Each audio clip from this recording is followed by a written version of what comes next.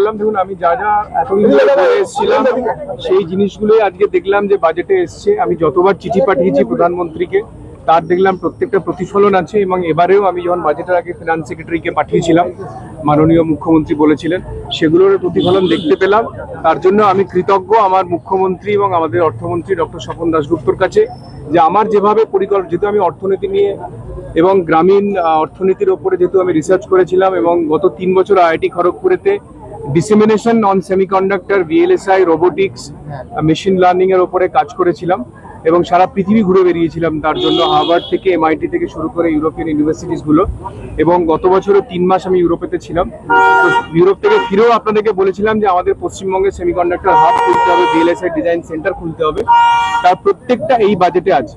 দুর্ভাগ্য ছিল যে আমাদের গত 15 বছরের যে সরকার ছিল, তারা না সেমিকন্ডাক্টর শব্দটা কখনো জানতেন, না তারা ভিএলএসআই ডিজাইন শব্দটা কখনো জানতেন। ফলে যে অর্থমন্ত্রী করতেন তিনি তো অর্থনীতির ছিলেন না, অর্থটাও কখনো বোঝেননি, নীতিটাও কখনো বোঝেননি। ফলে পশ্চিমবঙ্গের ছেলে মেয়েদের ভবিষ্যৎকে পুরো অন্ধকারে ফেলে দিয়েছিলেন।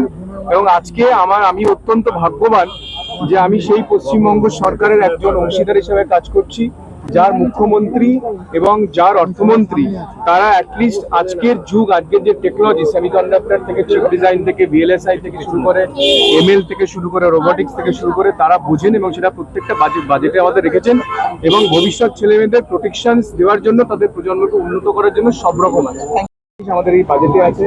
কারণ আমি প্রত্যেকটা বিষয় আমাদের মাননীয় মুখ্যমন্ত্রীকে বলে তারপরে আমি ইউরোপ গেছি, তারপরে আমি বলে আমি আমেরিকাতে গিয়েছিলাম, এবং এবারেও বাজেটে আলোচনার আগে যা যা আমাকে বলতে বলা হয়েছিল আমি সেটা চিঠি লিখে জানিয়েছিলাম। এবং আমার যেভাবে আমি রিসার্চ করে, যে রিসার্চ আমার সাবজেক্ট ছিল precision farming, integrated precision farming, যেটা আমাদের কৃষকদের ডেভেলপমেন্ট দেখলাম, সেটাও এখানে আছে।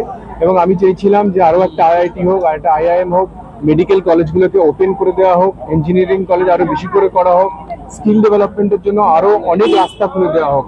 তো সেই প্রত্যেকটা জিনিস আছে। আমাদের ছেলেমেয়েরা স্কিল ডেভেলপ হবে, তারা স্কিল ট্রেনিং শিখবে। আমাদের মেডিকেল কলেজ অনেক বেশি করা হবে বলে বলা হয়েছে, এবং আমাদের শিল্পের জন্য করিডোর খোলা হয়েছে। সেমিকন্ডাক্টর হাব, যেটা আমার স্বপ্ন, যেটা নিয়ে লাস্ট 3 বছর আমি আইআইটিতে ডিসেমিনেশন অন সেমিকন্ডাক্টর উপরে রিসার্চ করলাম, that is going to happen in Durgapur. আমার মনে হয় যে এর থেকে হ্যাপিয়ার মুভমেন্ট কিছু হতে পারে আমার লাইফে। আমি পশ্চিমবঙ্গবাসী হিসাবে আমি অত্যন্ত গর্বিত যে আমরা এরকম একজন মুখ্যমন্ত্রী পেয়েছি, যিনি কথা শোনেন, বোঝার চেষ্টা করেন এবং সেটা ইমপ্লিমেন্ট করে দেখান।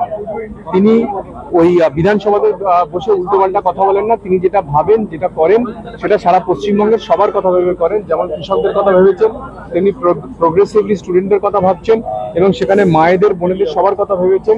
এবং আপনারা দেখবেন যে স্কুলে যে মায়েরা মিড ডে মিলের জন্য যে রান্না করতো, তাদেরকে পর্যন্ত মাইনে বাড়িয়ে দিয়েছেন, 1000 টাকা করে দিয়েছেন। তো এই যে একদম টপ টু বটম, একদম ওপর থেকে নিচ অব্দি প্রত্যেকটা বিষয়ে নজর দিয়ে প্রত্যেকটা শ্রেণী সমাজের সবার জন্য ভাবা হয়েছে, এটার জন্য আমি, এবং সাংবাদিকদের জন্য যেভাবে ভাবা হয়েছে, তার জন্য আমি কৃতজ্ঞ।